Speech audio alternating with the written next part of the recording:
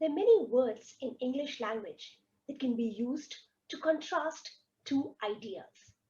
Now, these words are comparatively, in contrast to, on the contrary, on the other hand, although, even though, in spite, despite, however, and many more. But in this video of English Bite, we will discuss only two words, and these words are despite and in spite. We will discuss how these words are used, how these words are similar to each other, and how are they different from each other, and how are they used in structuring a sentence. Now let's see how these words are similar to each other. The first similarity, they both are prepositions. What are prepositions? Prepositions are words that connect nouns or pronouns to other parts of speeches in a sentence. So, prepositions, they connect nouns or pronouns to other parts of speeches in a sentence. And these words, in spite and despite, are prepositions. They are followed by noun or pronoun. They are followed by noun or pronoun and are never used to link clauses. They are never used to link clauses. The third similarity, they both are used to contrast two ideas. That we mentioned, these both words are used to contrast two ideas. And the fourth one, their meaning. They both mean the same, which is without affected by something or someone, without getting affected by something or someone. And last but not the least, that these words can be used in the beginning of the sentence or in the middle of the sentence. Both these words can be used in the beginning of the sentence or in the middle of the sentence, but they are never found at the end of the sentence. So what do I mean by that? These two words, in spite and despite, you can use it, you can start your sentence with it, or you can use it in between, but you can never end your sentence on in spite or despite.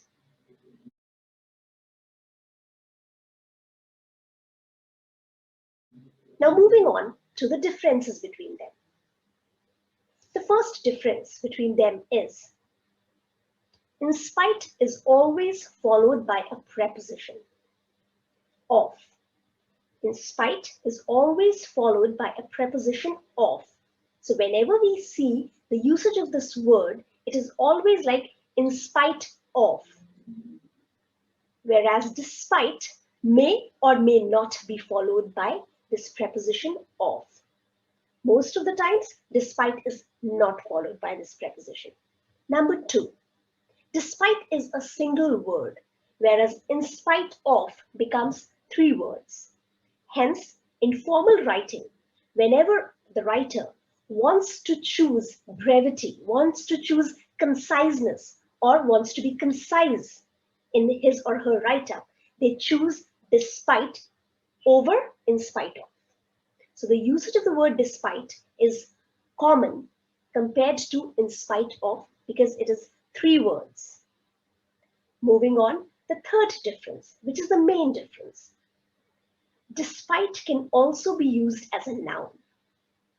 Oh, yes, in spite of is a preposition, but despite can also be used as a noun, where it means something that you don't like, something that you hate, something that you look down upon, something that you despise.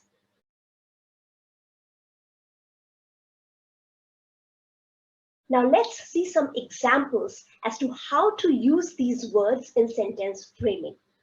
And let me tell you that these words can be used interchangeably when used as a preposition. Because in spite of is not a noun, so when despite is used as a noun, you cannot interchange it. Otherwise, in all the other situations, you can interchangeably use either of them. How do we use them?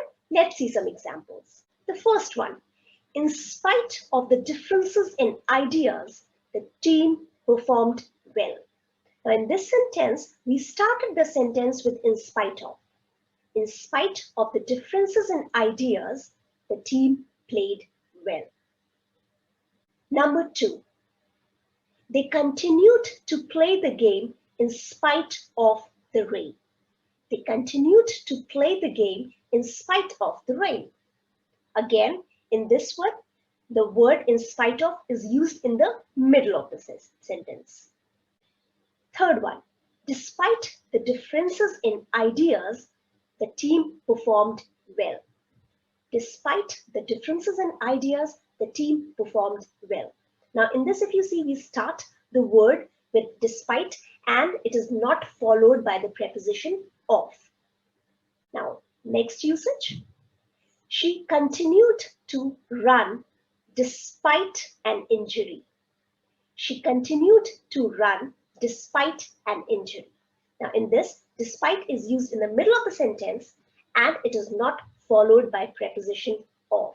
The last example in this category is she continued her race despite of having an injured leg. She continued her race despite of having an injured leg. Now, if you see in this, we use the word despite with the preposition of. And if you see in all these examples, these words in spite of or despite is followed by a noun or a pronoun. Now, the last example where despite is used as a pronoun. His despite for the game was evident, or his despite for the leader was evident. So here, despite is used as a noun, which means his hatred. His hatred for a game or for a person was evident. I hope these two words are clear now, and next time when you use them correctly. Leaving you all on this is your friend Garima signing off for now. See you in the next video with some more words.